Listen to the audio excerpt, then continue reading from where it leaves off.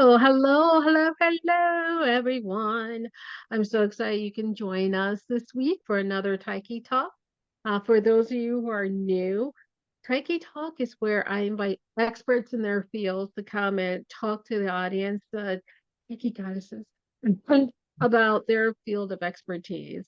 And I'm Lauren Young Durbin. I probably should have said that first. I'm Lauren Young Durbin. I am a career design coach, and I'm super excited to have, sorry, I have to grab some water. I'm so excited. I'm thirsty. The thirst for knowledge. The thirst for knowledge. I have Vickie Crockett with us today. So what we're going to talk about today is how to nurture academic growth through cultural connections, and it's going to be a framework for educators. So all of you teachers out there and parents too, or anyone that has kids in your life, it's good to have this kind of knowledge to help you like navigate how things go with kids education. So welcome, Vickie. Thank you so much for having me. I'm thrilled to be here. So I'm going to tell you, the audience, not Vickie. Vickie obviously knows about herself. So let me tell you a little bit about she's been in education for 25 years. During those years, she has taught middle and high school literature, helped launch 2 student body study abroad programs, 2 student study abroad programs, and has won 4 nominations for Teachers of the Year at her respective schools. In addition to working with students, she has helped support teacher development while serving as a department chair and mentor teacher.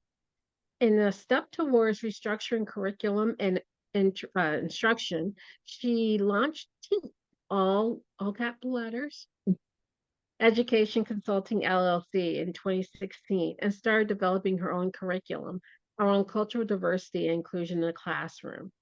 In 2020, she was awarded a Fulbright Distinguished Award in Teaching Fellowship to conduct research on her curriculum, moving her work to a global platform. That's really impressive. Yeah. So again, thank you so much for joining us today. I like to set the table so we all know like the language we're using, what you mean by certain things. So because we're going to be talking about cultural connections, because you explain to the audience a little bit about what you mean by that. Absolutely. We know that children come to school as individuals. Sometimes education, my concern around education is that sometimes we're so focused on assigning numbers to them, graduation numbers, test numbers, grades, and we overlook the fact that they are human people. And when I talk about cultural connections, I'm talking about the identity that they bring with them into the classroom and how we can leverage the different aspects of who they are as learners and as individuals to help promote engagement, which educational research tells us has become a growing issue with K-12 education in the United States, and honestly is gaining global concern for schools north of the equator, south of the equator, east, west. How do we keep our young people engaged is a question many educators are asking. And my research is anchored in the idea of taking the different aspects of culture and personhood, making it a part of not just what we teach, that's the content, but also looking at how it informs the way we teach and how that can then help us to enhance engagement, create a sense of belonging or fitting in, especially when you talk about students who are culturally or socially diverse, so they do not look like the national culture or the mainstream culture of the schools where they're being educated, and how that helps them to then be more successful. Okay, so you kind of touched on this a bit, but what are the key benefits of using cultural connections to enhance academic learning? Okay. Specifically when you're talking about, again, culturally and socially diverse students, but what I also want to stress is the benefit that this brings into the classroom for all learners. One of the primary benefits is that it teaches the students who are sitting in our classrooms that school is for them, that education is for them, that academic success is for them, and we demonstrate that to them by embedding them in the learning process. So a lot of the early research and a lot of the research that we're looking at now has done, I feel, a pretty solid job in terms of promoting diversity of content. So are you representative in your imagery? Are you representative in the text that you teach? For myself as an English teacher, are you representative of the histories and the contributions of a myriad of individuals when you're delivering lessons around history or around science? So the focus on content has been growing and gaining popularity over time. What I also would love to see us do more of in education is demonstrate to students that the methods that best facilitate their success is also a part of what we do. Looking at the difference between insisting that everything happen individually, for example. So, eyes on your own paper, you need to turn in your own work. And there is certainly a place and a time for that. When you think about learners who are coming from cultures that are more collective, that are more collaborative in nature, communities where they do interact and work together more, looking at how we can diversify our methods so that we're not essentially creating a negative concept around the idea of collaboration, for example. So collaboration doesn't mean that you're not as intelligent. Collaboration doesn't mean that you're cheating. Collaboration is just a method that helps to solidify your learning. And when we do those sorts of things in the classroom, it helps to increase the buy-in for our students, especially if we're talking about resistant learners. And there are a number of reasons why children resist in the classroom. Frequently, one of the highest reasons mentioned by students is school isn't for me. I don't want to do that anyway. I don't really fit in there. I don't do school. I've worked in urban schools primarily my whole career by choice. And so many times that is what I have heard students say. I don't do school, Miss Crockett. And what they're really saying is, I don't feel like I belong in school. School is not my place because who I am, how I don't see that in school. So, as an educator, how do you balance the different cultural connections? Because I know, like, even in our school, my school, I'm not in school, but the school district my kids will be in, um, there's so many different cultures. There really is what they call it, a salad. I know they used to say melting pot, but it's like a salad, I think is what they use it now. So how do you balance all of those different kind of cultures and make it so that everyone's able to learn in the way that's best for them? Mhm. One of the things that I always encourage teachers to remember is that we're not attempting to replicate every single culture every single day for every single student. That is not practical or possible, and we would drive ourselves insane doing so. Part of what my curriculum is designed to do is to take different aspects of a child's unique culture and fold an aspect into what I am doing in my classroom. A key example of that might be in a science class when we're talking about the water cycle. Cycles are a part of what students learn in secondary science courses. Well, if you have students who maybe are newly arrived from an East Asian country, for example, or even if they are naturalized citizens, but they have family members who are newly arrived, one of the biggest celebrations in most East Asian cultures is the Lunar New Year. So many individuals recognize the solar new year, that's what we have in the US in Western culture. So January 1st, they see that, they recognize that, they do that. Their biggest celebration around the new year is the Lunar New Year. And according to our calendar, that usually happens sometimes in February. So if I'm talking about the water cycle, for example, I could talk about that cyclically as it relates to the sun, and then add a reference to how that plays out differently, or the impact of water cycles, because it is still the science, and how the moon, the lunar presence, impacts water cycles.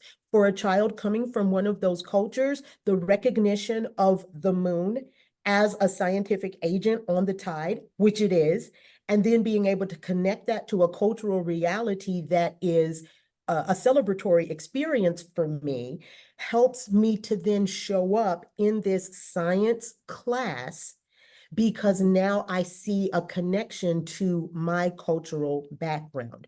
And so it's not across all the bands. We can't do that because we as individual teachers don't have that knowledge. We come with our own culture. And yes, we can educate ourselves, but I stress through the work that I do that I'm working on the heavy lifting so that teachers don't feel like they have to be experts in every culture in order to build cultural connections for their students. They do not. And that's a part of what I'm working to do now, is to make sure that we can support teachers in making that effort. So it's just being aware of your students and then building opportunities for them to engage in different methods, recognizing the significance of those things that have value for them. And then school becomes something that isn't just a separate entity that I'm forced to attend 7.5 hours a day, 5 days a week. And then I just press delete when I walk out the door because it doesn't truly have anything to do with me. So it's really about adding to and building on what their life is, their real life. It isn't it isn't Exactly. replacing anything. It's really about making it real for them. Right. Yes, it's the authenticity of the learning, helping them understand that this is not something that is designed to be separate from who you are, but that the skills, the information, the knowledge that we are giving you is a part of the larger learning process of who you are. You're growing and developing as an individual, and these pieces of that puzzle are for you. That's the thing. You are a piece of the puzzle, helping them understand that, helping them see and believe and recognize that you are a piece of the puzzle. Our classroom is better because you are here. We enrich ourselves. The entire class becomes better because think about how fascinating that might be for a child who has an interest in surfing, let's say. They might not know anything about the Lunar New Year, but they hear about it in science class talking about the water cycle. That potentially opens a door then for cultural understanding and conversations because now I get what high tide looks like when I want to go out and surf. And this is actually tied to something connected to the moon. And your culture has a celebration connected to the year that's tied to the lunar cycle. And we begin to then build those communities that enrich learning for all. And it makes sense, especially the world's so interconnected now that it Precisely. makes much more sense than to be able to understand other, not just understand, know about the people's cultures, but understand it and how it plays within, like you talk about science, but uh, I imagine that the exposure to other ways of thinking, like in literature, for instance, is like, well, Right. here is a character we, I don't know, probably same for you, that we didn't necessarily read about when we were coming up, but they get to read about these characters, these people, these cultures that Right. I didn't have growing up. I remember it was Martin Luther King and Harriet Tubman. Right. And imagine, even if we're talking about the historical significance of African Americans in the United States, because recognizing that there's a complexity even within communities. And that's why these cultural connections are so significant. Part of what I realized when when I had the opportunity to do work abroad is that my experience as an African American looked very different from the experiences of Black Brits when I was in the UK, which looked different from the reality of my Nigerian friends who were newly arrived. And that also, we have to be able to embrace the complexity of personhood when we're talking about education. And sadly, education, although it is designed and should be, we hope, one moment.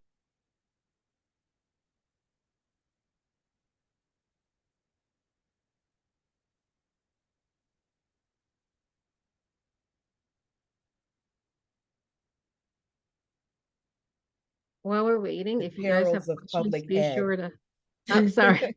No, I was just telling the people to perils ask of public questions. ed. But Um, when we think about that complexity and we realize education is designed, ideally, it should be one of the most progressive and innovative fields globally, because lifelong learning is always about acquiring new information, internalizing new information, and then determining how we can apply new information. And it's sad that education in a lot of ways just has not kept up with that, because you're right, the world is global now. None of us exist in a bubble. yeah. So I'm going off script. I It's all always right. you have But welcome questions. to teaching. You always Yes. do that. So like, because now I have more questions. So how do you do that? Like, what do you do with Mhm. P that helps with this process? Like, Okay. what is it that you do? I think wonderful things. So I'm going to say wonderful. But two things that we do with the research and the work that I'm doing is, one, designing a student culture intake survey. Frequently, teachers say, well, Ms. Crockett, I want to recognize my students of African heritage. You know, I want to recognize my students who are coming from Colombia. I want to be able to support my students who are coming from Vietnam or from the Philippines, but I just don't know. The beautiful thing is, though, the children do. And so part of the research that I worked on was looking at the 6 strands of culture, the core identity pieces that are most often tied to the cultural reality of different people groups, Mhm. and have designed an intake survey for your students that you can give at the beginning of the school year, at the beginning of the semester. You can give it at the end of the school year as you are reflecting on your teaching practices, but we start there. And you ask the students those cultural questions. And what you are then able to do is to collect that information. And then as you are looking at your standards, we're building a repository where you can then say, I want to be able to encourage symbolic representation for my Vietnamese students. So in my math class, and math is highly symbolic, especially the further you move into advanced mathematics. So now when I'm looking at these symbols that are designed to represent the tangent and the secant and the cosine, all the things that I barely understood when I was taking pre-calculus, okay? But now I can take those symbols, and I have my student survey where my students have shared with me some of the important symbolic representation in their culture. And Mhm. as I'm teaching math, it's the standards, I can fold in some of that symbolic representation. And we're talking about 30 seconds, a minute, something that says to my newly arrived student from Hanoi, I see you, you are a part of the learning process. As we are learning math, you have a contribution to make in our mathematics discussion. And so you're folding in those cultural pieces. And so those are the two big things that we do. We've built the student survey to allow you to get an idea of those cultural areas that are most significant for your students. And then small daily practices where you can start implementing those methods and those ideas into the standards you're already teaching. And I stress that to teachers all the time. I do not want to place another onus on you. I'm 25 years in. I know what we are wrestling to do. And so Yeah. that's the first anxiety point that I want to alleviate. This is not something else for you to do. This is a tool that I want to be able to provide for you so that you can say, language representation, which is one of the foundations of all cultural realities. Language Mhm. representation. So if I am getting ready to teach an economics class and I want to teach about currency, let's see if I can find either an image that is reflective of the currency of my student from Bangladesh. And as I'm teaching economics, my standard, I have this representation of what currency looks like. Or if I have a child who is coming from a culture where currency is not the primary means of exchange, I then get an opportunity to talk about how in Amazonas culture, when we talk about the exchange of money, it would look like this in this particular community: a minute. And student discourse is something that we encourage. We want students talking about the learning to make sure that they understand. That becomes a great opportunity then for them to compare and contrast. So what does a currency-based system look like? What does a barter-based system look like? It is still the standards, but now my student from the Amazon has an opportunity perhaps to talk about what market day looks like in their culture. And now school has meaning for me. So what do you say to teachers, parents, individuals who push back on that? And they said, look, we have these tests that we have to Mhm. comply with. So we have to do XYZ. We have to cover these things. What what do you want me to do? I have to cover these things. Mhm. Right. And that is exactly the concern, the test. You are asking us to do something that in our head sounds like it's really nice, it's warm, fuzzy, but at the end of the day, 70% of my students are expected to score 80% or higher on this assessment. And so what I Mm. say in situations like that is teach your standards. What you are actually doing here is adding another degree of rigor. So the example that I just gave you about currency versus a barter system, that is a cultural connection for a student who may be newly arrived in your classroom. But what you are then going to use that to do is to compare and contrast economic systems. That is a standard teachers are already required to teach. It's not a new standard. What you've done is you've just made it real for another student in the classroom. And then when you give them the opportunity to talk about the difference between their cultural experience around currency, what the rest of my students are doing is active listening and note taking, also a standard that transcends content area. They're Yes. taking notes on these similarities and these differences. And then once that conversation is over, writing and connecting to the learning, I now want my students to write and say, based on what you have just heard, analyze which system you believe is better.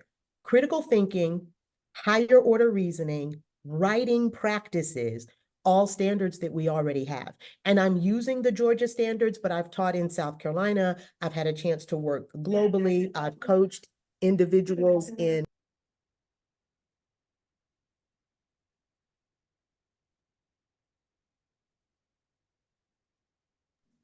I've had a chance to share this in Massachusetts, schools in California. So standards do vary slightly, but in terms of national expectations, they really don't vary that much.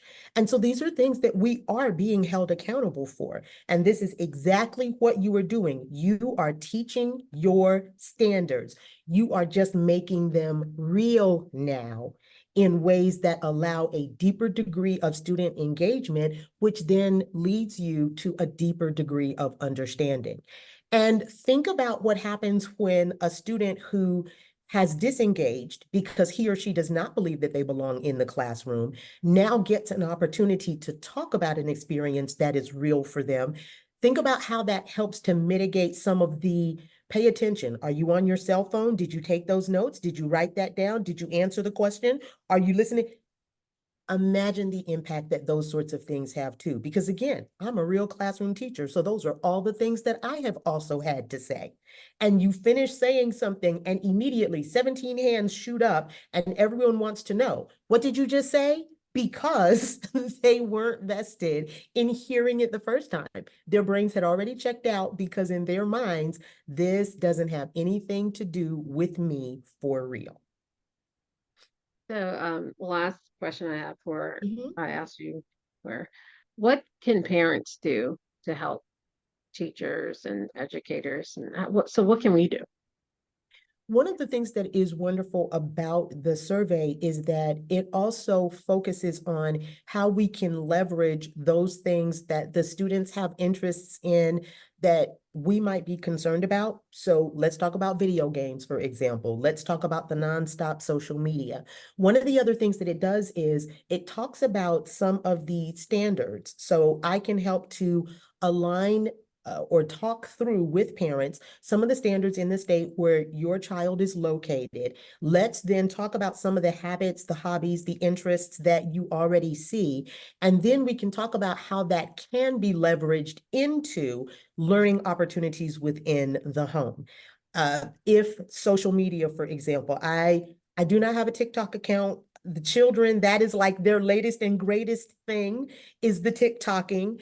So much so that sometimes you have to say to the children, go to lunch. This is not, go to lunch.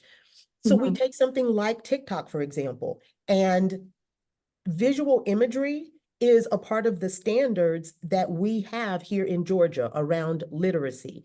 Young people Mhm. need to be able to understand how to evaluate the images that they are presented through social media and hopefully be able to distinguish between those that are positive and negative and be able to filter out some of those negative images and concepts and ideas that they're receiving. And so for the child that is constantly tied to TikTok, and this is going to take time, especially if these are not standard home routines, okay? But asking the question, what do you find to be most powerful about that image? Why do you like that particular image? Why do you like that particular TikToker? Okay, so what makes them different from this particular person? And why do you like them and not the other person? And engaging in those conversations gives you a chance to use some of those standards because now they do have to think, why is a critical reasoning question? Why do I like this?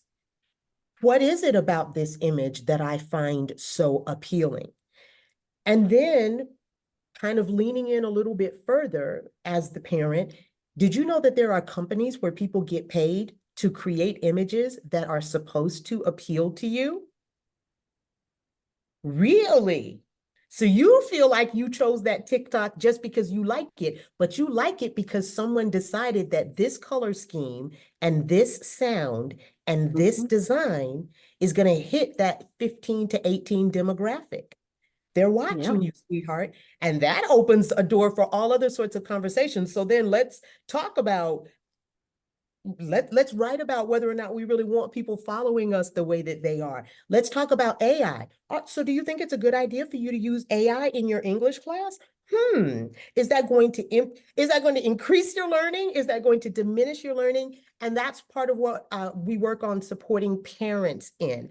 fostering those conversations, because you don't want home to feel like work, but you do want there to be a seamless connection, or as seamless as we can make it, between what the students are learning in school and then realizing, again, these are conversations that I can have at the house as well. If I'm talking about an economics class again, and I have a 16-year-old who wants a car, let's talk about what this car really costs you in the long run. My youngest nephew is 19. He just bought his first car on his own. Mhm. The reality of it's shiny and it's new and I love it, partnered with car insurance and notes I have to pay and the price of gasoline and what an oil change looks like. Practical finance, there's such a concern now about financial literacy. This is a conversation you can have at the house with a child who decides that they need a car. Let's talk about how much you need that car. And so that's part of what we do. Take the things that are already happening with them at the house and just drop a little bit. Just drop a little bit. And that could be a talk. That could be having them go and figure out how much car can you really afford. Let's talk about persuasive techniques. Oh, you want me to pay for half your car? Why should I? Now you have to build an argument to convince me that I, who work 60 hours a week and already have my own car, should now finance half of your car. Let's talk about the arguments for that. What are the pros? What are the cons? Let's use that ethos. What is the logical argument? Pathos, you want me to feel for you emotionally? Okay, come with it. And those are all standard-based learning practices that can happen right at home. I love it. I love it. So tell everyone where they can find you and learn more about your framework and your organization. So I need everyone to, first of all, join me on my LinkedIn page. So it is VM Crockett, Crockett. Join me there, and I have my web-based material available. We're actually working on codifying the curriculum so that we can begin to share that in a broad way. And I'm excited because next week I will be sharing out one of the next principles in our curriculum, how we use experience. That's the E in our Teach from the Heart model, how we use experiences to enhance and extend learning. So this would be a great chance for parents to come back and ask some questions about, what do I do with my son or my daughter's seeming obsession with, I don't even know if they're playing Halo now. Since my nieces and nephews have gotten older, I don't know what all the video games are, but what do I do with this child's obsession with this particular game? Yes, let's talk about those experiences, and let's talk about how we can add some engaging, non-stressful ways to coach them into how there is learning available in everything that we do. Because if we look for it, if we're open to it, it's there. So learning is available everywhere. We just have to open their eyes to it because they can't always see it. Right. We'll drop that information, your link to LinkedIn profile so people can follow up with you. And yeah, this sounds fascinating. Yeah, I'm fascinated by it. Like, I'm excited about the work. I'm excited about what we've been able to do so far, and we're thrilled now to be working on globalizing it. So we're sharing it with the school in Brazil. We're looking to hopefully have a partner join us from Malta. A lot of Finnish schools now are seeing more diversity in the classroom. So we're excited about being able to take this to a global audience, because everywhere people are recognizing we have to be able to better support our socially and culturally diverse learners, because yeah, education becomes the tool that empowers all of us. yes, yes. So, everyone, be sure to connect with Miss Crockett. It's the 𝐻EMCROCKETT. Yes. Yes, I'm so proud of myself. I pat myself on the back for the smallest things. Keeps me going during the day. No, the everyday victories, you have to. So, everyone, I hope you'll join me on our next Tyche Talk. Is going to be March 5th, my mom's birthday. She's not going to be the guest. Our Happy guest is birthday, going to Mom. be, so, jeez. Our guest is going to be Shea Atterbury, Shinesinka, and we're going to be talking about empowering women CEOs. So, hope to see Mm. you in a couple of weeks, and be sure to check out M. Crockett's. I'm sorry, the The M. Crockett. the M Sign bracket, up. yes. Yes, it's absolutely fascinating. And I became more interested talking to you. I think we got to one of the three questions I said I was going to ask. I'm like, well, thank you so much for joining us today, Thank you and for having me. I'll see you guys later.